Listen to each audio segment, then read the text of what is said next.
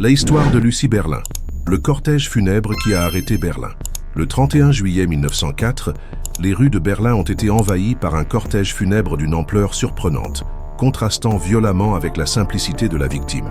Plus de 1000 personnes, une foule silencieuse et indignée, ont accompagné le petit cercueil blanc de Lucie Berlin, une fillette de seulement 8 ans. Jusqu'à quelques semaines auparavant, elle n'était qu'une enfant joyeuse et anonyme de la classe ouvrière de la capitale, avec un avenir aussi incertain que celui de ses parents. Sa mort tragique et brutale l'avait toutefois transformée en un symbole poignant de douleur, de vulnérabilité et d'indignation collective qui résonnait dans toute la ville, faisant écho à la peur et à la fureur qui bouillonnaient sous la surface du progrès. Le cercueil d'enfant suivait dans un corbillard ouvert, couvert d'une avalanche de fleurs blanches qui semblait vouloir masquer l'obscurité de ce qui s'était passé. Un orchestre, jouant une marche funèbre à un rythme lent et lourd, guidait le cortège, et les sons graves des instruments à vent et à percussion résonnaient dans les rues étroites, se mêlant au murmure étouffé d'une foule qui se pressait sur les trottoirs et se penchait aux fenêtres des immeubles de briques. Des hommes, le visage sérieux, retirèrent leurs chapeaux en signe de respect et de chagrin, tandis que des femmes, dont beaucoup avec des enfants dans les bras, pleuraient en silence, pressant des mouchoirs contre leurs yeux rouges et gonflés. C'était comme si la ville entière, spontanément, avait décidé de rendre un dernier hommage à l'enfant, et en même temps, d'exiger justice pour le destin cruel qu'elle avait subi. Une violence inimaginable qui semblait remettre en question l'ordre social lui-même. Il y avait quelque chose de singulièrement puissant dans ces funérailles. Ce n'était pas seulement l'adieu d'une famille détruite par la perte, mais un événement qui unissait toute une communauté, qui se voyait reflétée dans la tragédie. Des ouvriers modestes, des femmes au foyer épuisées, des vendeurs de rue avec leurs chariots, des étudiants et même des curieux venus de quartiers lointains se mêlaient dans la masse humaine. Certains étaient motivés par une compassion sincère pour la famille Berlin, d'autres par la curiosité morbide que la presse à scandale avait alimentée quotidiennement dans les pages des journaux, transformant l'affaire en un spectacle. Mais tous, d'une manière ou d'une autre, partageaient le même sentiment de perte et de vulnérabilité. La mort de Lucie n'était pas un événement isolé de la famille Berlin, mais une blessure ouverte dans tout Berlin, un rappel que la violence pouvait toucher même les plus innocents. Alors que le corbillard avançait lentement vers le cimetière de Sainte-Élisabeth, on pouvait sentir dans l'air un mélange de silence respectueux et de colère refoulée, une tension silencieuse qui planait sur la ville. Pour beaucoup, cette scène était la preuve vivante et indéniable que quelque chose n'allait pas profondément dans le Berlin moderne. Une métropole qui était fière de son industrialisation, de ses progrès et de sa modernité, mais qui, au fond, ne parvenait pas à protéger ses propres enfants les plus vulnérables, ceux qui vivaient en marge de son éclat.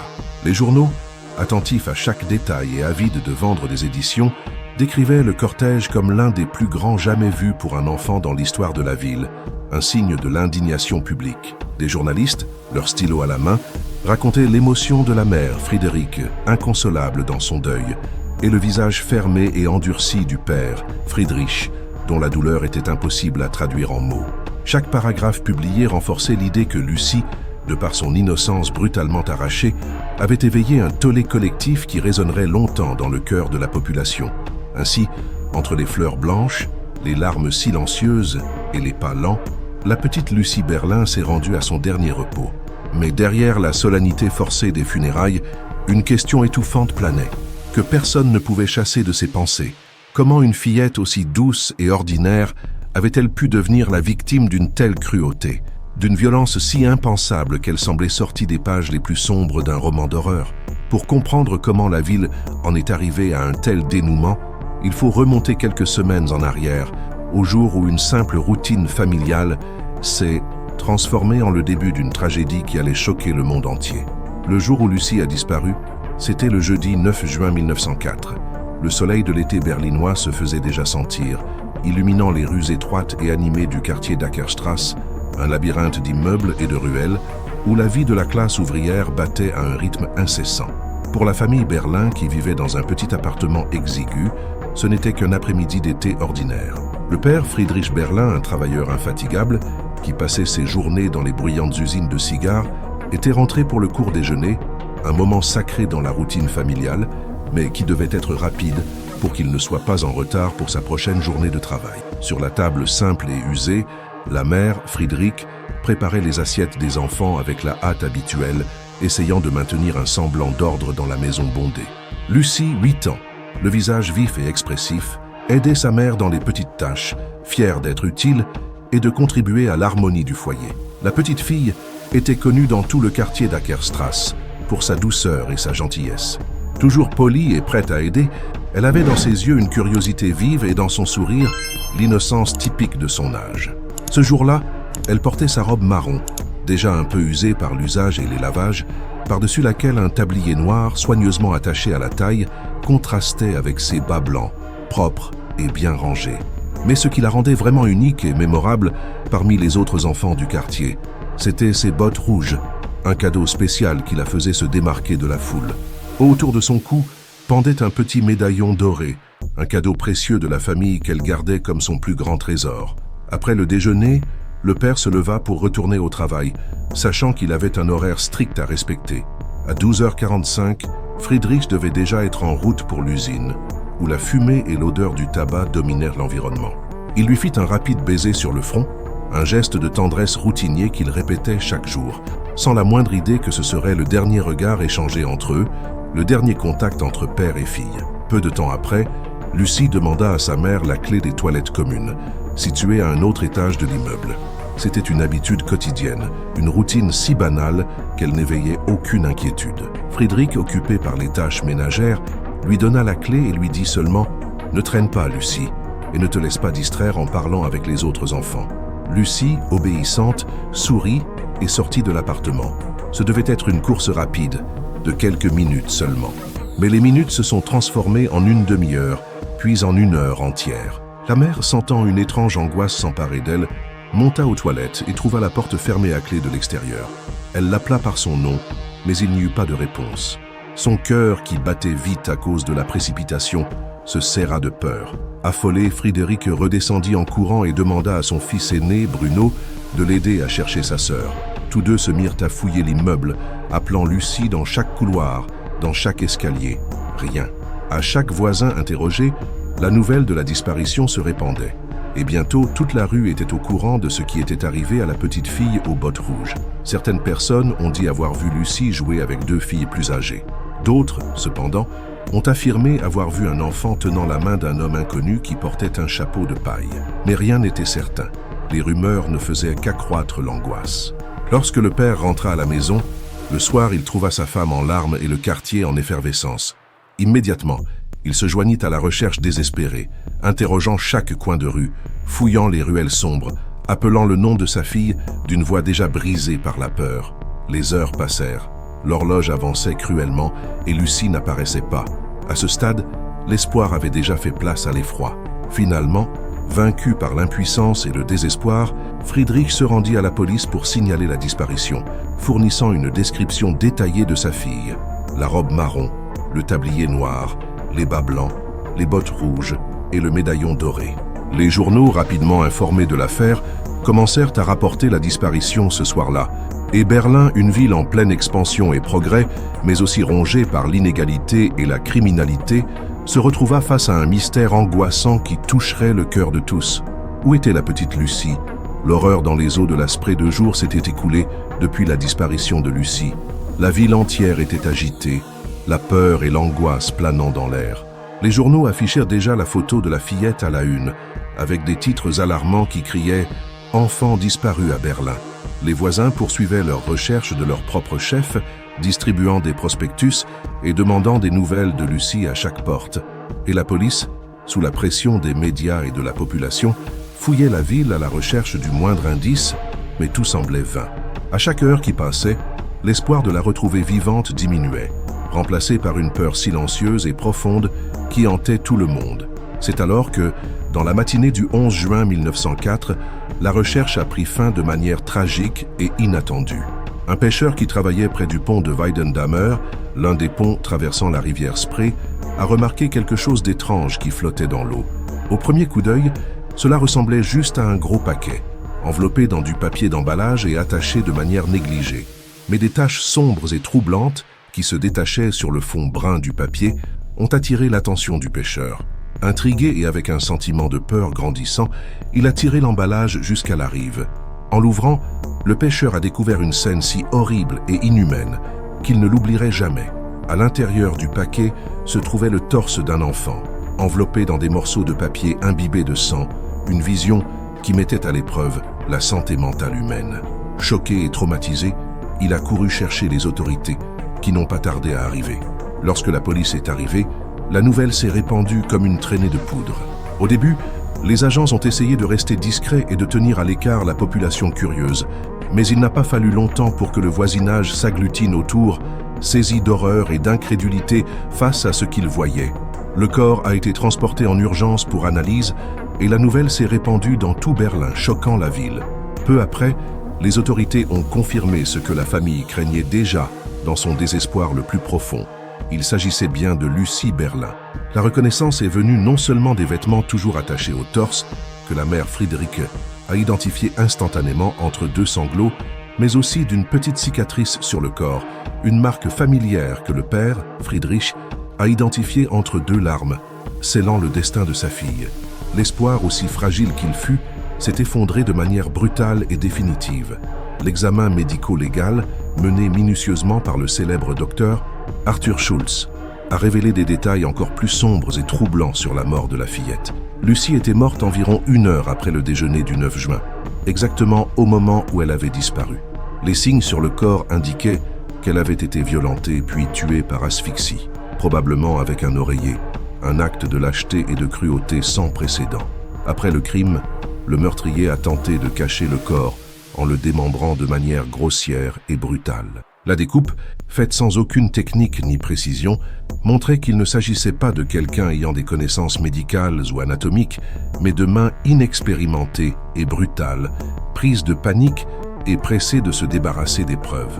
Dans les jours qui ont suivi, d'autres parties du corps ont été retrouvées dans les eaux de la Spree, augmentant le choc de la population et transformant la rivière, autrefois un symbole de vie, en un cimetière improvisé. L'horreur ne semblait pas avoir de fin. Les rues de Berlin ont été envahies par des rumeurs, de la peur et une indignation publique croissante. Le quartier de la famille Berlin, déjà connu pour son mélange d'ouvriers honnêtes et de criminels dangereux, a été décrit par la presse à scandale comme un repère de vices et de criminalité. Une zone où la dégradation sociale régnait en maître. Les journaux parlaient de proxénètes, voleurs et prostituées, partageant l'espace avec des familles qui luttaient pour vivre dignement, créant un récit qui transformait le crime en un reflet de l'inégalité et de la décadence morale de la ville. Et tandis que Berlin pleurait la mort de Lucie, une question résonnait à chaque coin de rue, dans chaque conversation, dans chaque foyer. Qui pouvait commettre une telle atrocité contre une fillette aussi douce et innocente? À partir de là, une enquête intense et dramatique a commencé, marquée par des rumeurs, des soupçons et des contradictions. Et la police, sous pression, devait trouver des réponses rapidement pour calmer une population qui réclamait justice. Suspects et contradictions. La découverte macabre du corps de Lucie a plongé Berlin dans un état de choc profond. La police, consciente de la pression publique et de l'attention implacable de la presse, savait qu'elle devait fournir une réponse rapide et convaincante. L'air de la ville grouillait de commentaires et de théories qui se répandaient de bouche à oreille. Certains disaient que le meurtrier était un étranger qui traînait dans le quartier, un monstre qui errait dans les rues à la recherche de victimes. D'autres, plus proches de la réalité, pensaient que le crime ne pouvait avoir été commis que par quelqu'un que la fillette connaissait, quelqu'un en qui elle avait assez confiance pour le suivre. Rapidement, les enquêteurs se sont tournés vers l'immeuble où Lucie vivait avec sa famille, une véritable ruche d'histoires et de secrets. Là, habitait Johanna Liebetrut, une prostituée déjà connue des autorités. Ce qui l'a rendue suspecte, cependant, n'était pas son travail, mais une coïncidence sinistre. Johanna était sortie de prison exactement le jour où Lucie avait disparu, après avoir purgé 3 jours de détention pour avoir insulté un client. Cette coïncidence temporelle, qui semblait tout droit sortie des pages d'un roman policier, a attiré l'attention de la police, qui a commencé à enquêter de plus près sur elle. Ce qui était encore plus révélateur, c'était le fait que Johanna vivait, depuis près de 2 décennies, avec un homme du nom de Théodore Berger. Il n'était pas son mari, mais son proxénète, une figure redoutée et respectée dans le quartier, connue pour un historique de violence, de bagarres, de vols et de menaces. Berger avait la réputation d'être manipulateur et d'avoir un tempérament explosif. Une figure sombre qui contrastait avec l'innocence de Lucie. Pour les enquêteurs, il n'était pas difficile de l'imaginer impliqué dans quelque chose d'aussi horrible. Les premiers témoins, d'abord réticents à parler, ont commencé à raconter des scènes étranges. Certains voisins, après de nombreuses insistances, juraient avoir vu un homme qui boitait légèrement, portait un chapeau de paille et avait une barbe rare, se promenant dans les environs le jour même de la disparition de Lucie. D'autres, avec une mémoire plus précise, affirmaient avoir vu un enfant tenant la main de cet homme, se dirigeant vers le Humboldtine Park, une zone boisée pleine de recoins isolés, parfait pour commettre un crime sans témoin. La description, même avec des contradictions, correspondait parfaitement à la silhouette de Berger, ce qui augmentait les soupçons à son encontre. La police a alors interrogé Johanna, qui, dans son témoignage, a raconté une histoire confuse et pleine de trous. Elle a dit qu'en rentrant chez elle après avoir été libérée, elle avait remarqué qu'un panier de voyage en osier qu'elle utilisait souvent avait disparu. Quand elle a interrogé Berger sur l'objet, il lui aurait dit qu'après une beuverie, il avait ramené une femme à l'appartement et ne pouvant pas payer pour ses services, il lui avait donné le panier en compensation. Mais lorsque les enquêteurs ont demandé le nom ou une description de cette prétendue femme, Berger n'a tout simplement pas su répondre. Il bégayait, changeait de version plusieurs fois, laissant encore plus de doutes en suspens. La contradiction dans son récit semblait être une lourde ombre qui pesait sur lui. Un mensonge mal raconté qu'il avait essayé d'improviser sur le moment.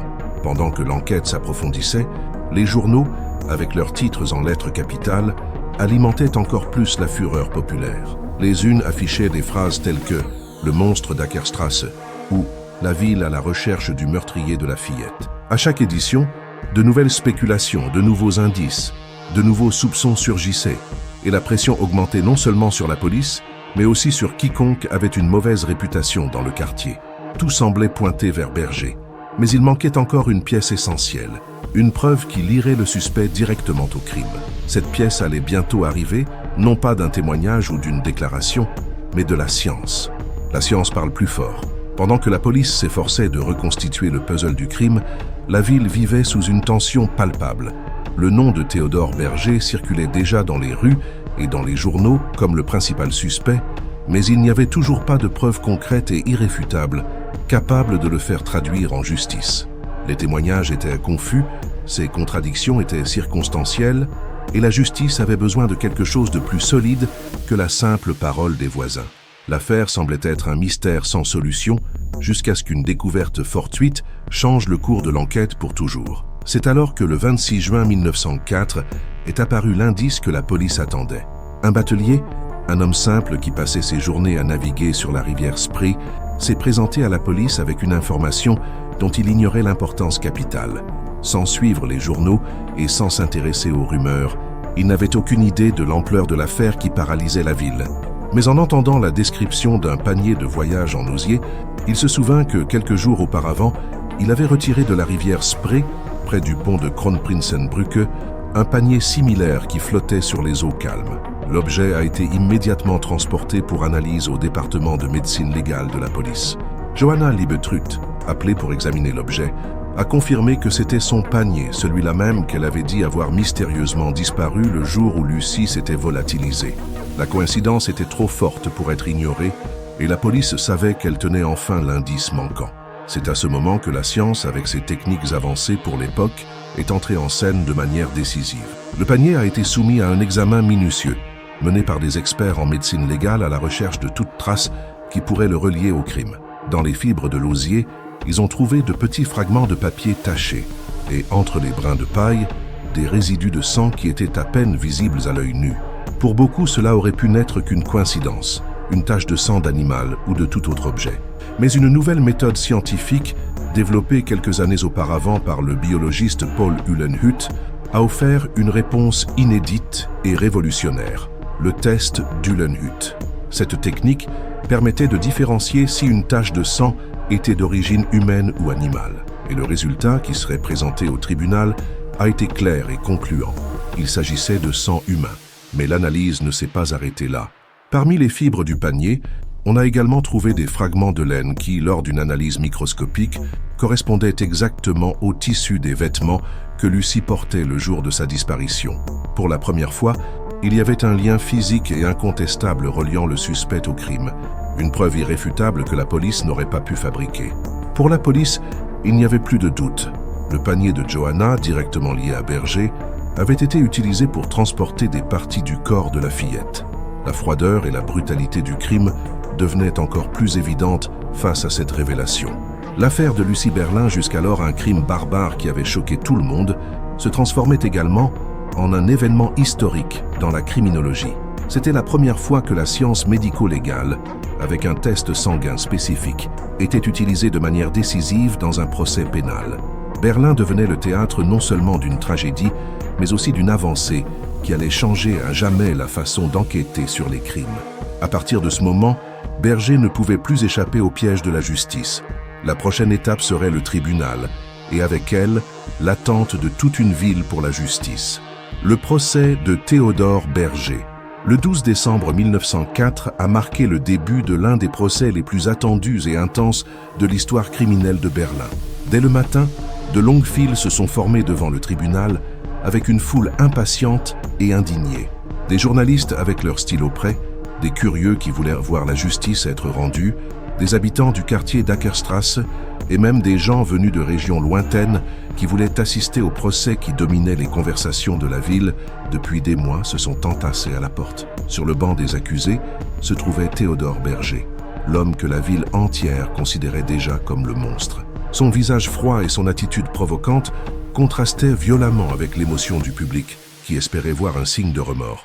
À ses côtés, Johanna Liebetrut avait également été arrêtée, initialement soupçonnée de complicité, mais le poids des preuves et la fureur populaire retombaient surtout sur lui. Pendant 10 jours d'audience, près d'une centaine de témoins ont été entendus. Chaque témoignage ajoutait un détail, un souvenir, un soupçon. La mère de Lucie, Friedrich Berlin, a été appelée à témoigner. Et devant une salle d'audience émue, d'une voix brisée par la douleur, elle a raconté qu'elle avait averti sa fille à maintes reprises de ne pas faire confiance aux étrangers. Selon elle, Lucie, avec son innocence enfantine, avait répondu « Ne t'inquiète pas, maman, personne ne va me couper la tête et la jeter dans l'eau ». Ces mots, prononcés par la fillette quelques jours avant sa mort, ont résonné comme une blessure ouverte dans le tribunal, et le son des sanglots pouvait être entendu. Beaucoup ont pleuré. Même certains jurés ont eu du mal à garder leur calme. L'accusation a ensuite présenté les preuves scientifiques, la grande nouveauté de l'affaire. Le panier en osier, récupéré de la rivière Spree, a été exposé devant tout le monde comme la preuve silencieuse du crime. L'expert médico-légal a expliqué de manière didactique le fonctionnement du test d'Ulenut, une avancée notable à l'époque, démontrant que le sang trouvé sur l'objet était bien humain et associant les fragments de laine aux vêtements de Lucie. C'était la science, pour la première fois dans l'histoire de la justice allemande, qui servait de témoin silencieux et inébranlable contre un criminel. La défense de Berger, cependant, n'est pas restée silencieuse. Ses avocats ont tenté de discréditer la méthode scientifique, arguant qu'elle était encore trop nouvelle pour être jugée fiable, une thèse qui, aujourd'hui, semblerait absurde. Ils ont fait valoir que des paniers similaires étaient courants dans toute la ville et qu'aucun témoin oculaire n'avait pu affirmer avoir vu Berger tenant la main de Lucie. Selon eux, tout n'était qu'un ensemble de circonstances mal interprétées, de rumeurs populaires et d'une persécution de la presse. Malgré cela, l'attitude de Berger n'aidait pas. Pendant les interrogatoires, il se montrait arrogant, contradictoire, parfois agressif, et il est même allé jusqu'à se comparer au Christ devant Pilate, laissant entendre qu'il était victime d'une injustice et d'une conspiration. Pour le public, ce comportement semblait être une insulte à la mémoire de l'enfant. À l'extérieur, la presse continuait d'alimenter la fureur populaire. Les titres réclamaient la peine de mort, même si ce n'était pas une option légale dans cette affaire, car le crime avait été qualifié de meurtre avec dissimulation de cadavres, et non de mort préméditée. La population réclamait justice, et le tribunal était devenu le théâtre d'une catharsis collective. Lorsque les jurés se sont retirés pour délibérer, le silence s'est emparé de la salle. La tension était palpable. Le verdict n'a pas tardé. Théodore Berger a été déclaré coupable du meurtre de Lucie Berlin. La sentence a ensuite été prononcée, 15 ans de prison, suivie de 10 ans de surveillance. Pour la famille de la fillette et pour une grande partie de la population, la peine a semblé légère face à la brutalité du crime. Beaucoup s'attendaient à une condamnation plus sévère, quelque chose qui reflèterait l'horreur de ce qui avait été fait à une enfant innocente. Néanmoins, il y a eu un soulagement partiel. L'homme qui symbolisait la cruauté et la lâcheté était derrière les barreaux. Et le nom de Lucie, tragiquement, était gravé à jamais dans la mémoire de la ville. L'héritage d'une affaire brutale. Le procès de Théodore Berger s'est terminé, mais la blessure ouverte par le meurtre de Lucie Berlin a continué de saigner longtemps dans la mémoire collective de la ville. Le crime n'était pas seulement un épisode isolé de violence, avec une victime et un coupable. Il est devenu un symbole de tout ce que le Berlin du tournant du siècle voulait oublier, mais ne pouvait pas. La peine de 15 ans de prison, avec 10 ans de surveillance, a été accueillie avec indignation et déception par une grande partie de la population. Pour beaucoup, aucune punition n'était suffisante pour compenser la cruauté d'avoir ôté la vie d'une enfant innocente de manière aussi horrible. Les titres de l'époque, avec leurs mots durs, reflétaient ce sentiment d'impuissance. Ils parlaient d'injustice, d'une douleur qui ne passerait jamais, d'une punition trop légère pour une telle barbarie. Néanmoins, l'affaire a été close avec Berger derrière les barreaux, tandis que la famille Berlin retournait dans une maison silencieuse, marquée à jamais par l'absence de sa fille. Mais l'impact du crime, malgré le résultat doux amer pour la population, a dépassé les limites de la douleur familiale. Pour la première fois dans l'histoire criminelle allemande, la science médico-légale a joué un rôle central dans un procès pénal. Le test d'Ulenhut, utilisé pour identifier le sang humain dans le panier en osier, est devenu une étape importante dans l'histoire de l'enquête. Ce qui ne dépendait auparavant que de témoignages fragiles et d'aveux obtenus sous la contrainte a désormais pu compter sur la force inébranlable des preuves scientifiques. Une révolution qui allait changer à jamais la façon d'enquêter sur les crimes. L'affaire de Lucie est entrée dans les annales de la criminologie comme l'exemple pionnier d'une révolution qui s'approchait dans l'application de la justice. Dans la presse, le nom de Lucie Berlin est devenu synonyme d'innocence perdue, un triste symbole de la vulnérabilité des plus faibles dans une société qui, bien que se modernisant, ne parvenait pas à protéger les plus fragiles. Son histoire a été utilisée comme un avertissement, une dénonciation de la vulnérabilité des enfants pauvres dans une métropole qui, tout en construisant de grands immeubles et des usines, ne parvenait pas à offrir la sécurité dans ses rues sombres et ses ruelles dangereuses. Le contraste entre le progrès industriel de la capitale allemande et la violence brutale des rues où vivait Lucie n'a jamais été aussi évident.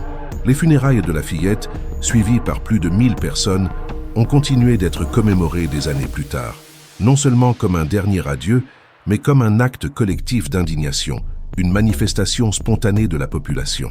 Ce jour-là, chaque fleur jetée sur le cercueil blanc était aussi un cri silencieux contre l'injustice, une protestation muette qui s'est répandue dans toute la ville et a été rapportée dans toute l'Europe. Aujourd'hui, en regardant l'histoire, Lucie Berlin est non seulement commémorée comme une victime, mais comme un symbole. Symbole de l'innocence détruite par la violence, symbole d'une société qui a échoué à protéger ses enfants, mais aussi symbole d'un tournant dans la lutte pour la justice. L'affaire n'a pas effacé les ombres de Berlin, mais elle a laissé un héritage. Elle a montré que la vérité peut être trouvée dans les petites preuves, dans les fibres oubliées d'un panier, dans le sang invisible à l'œil nu. Elle a montré que la science pouvait donner une voix à ceux qui ne pouvaient plus parler. Et par-dessus tout, elle a enseigné que même une fillette de 8 ans, modeste et inconnue, pouvait changer à jamais la façon dont une ville et un pays entier percevaient le crime et la justice.